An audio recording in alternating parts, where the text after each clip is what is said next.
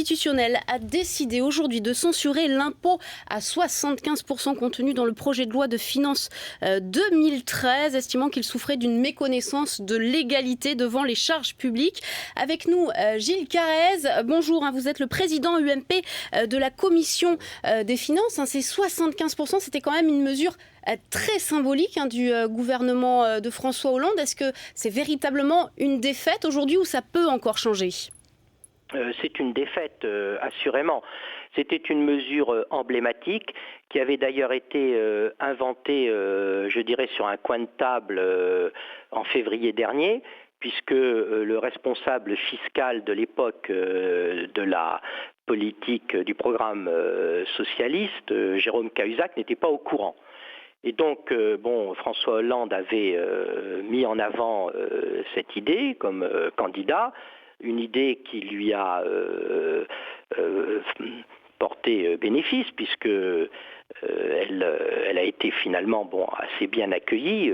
C'est toujours facile d'ailleurs de dénoncer les riches.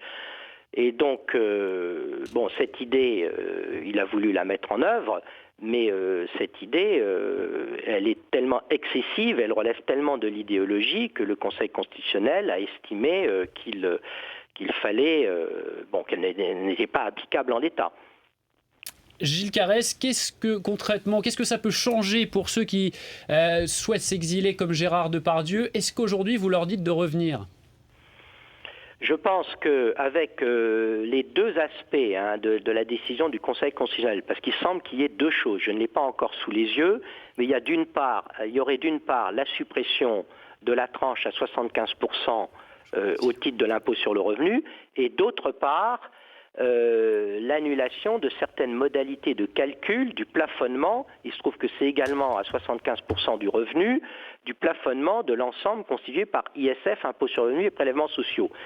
Si le Conseil constitutionnel a annulé les dispositions sur ces deux aspects, cela montre bien que le Conseil souhaite que dans notre pays, l'impôt ne prenne pas un aspect confiscatoire. Monsieur le député, excusez-moi, mais est-ce que c'est définitif ? Est-ce qu'il n'y a plus aucun recours ? Est-ce que c'est vraiment définitif pour le moment, ou quel pourrait être le recours du gouvernement pour conserver cet impôt à 75% ? Le gouvernement devrait procéder à l'élaboration d'une nouvelle loi de finances.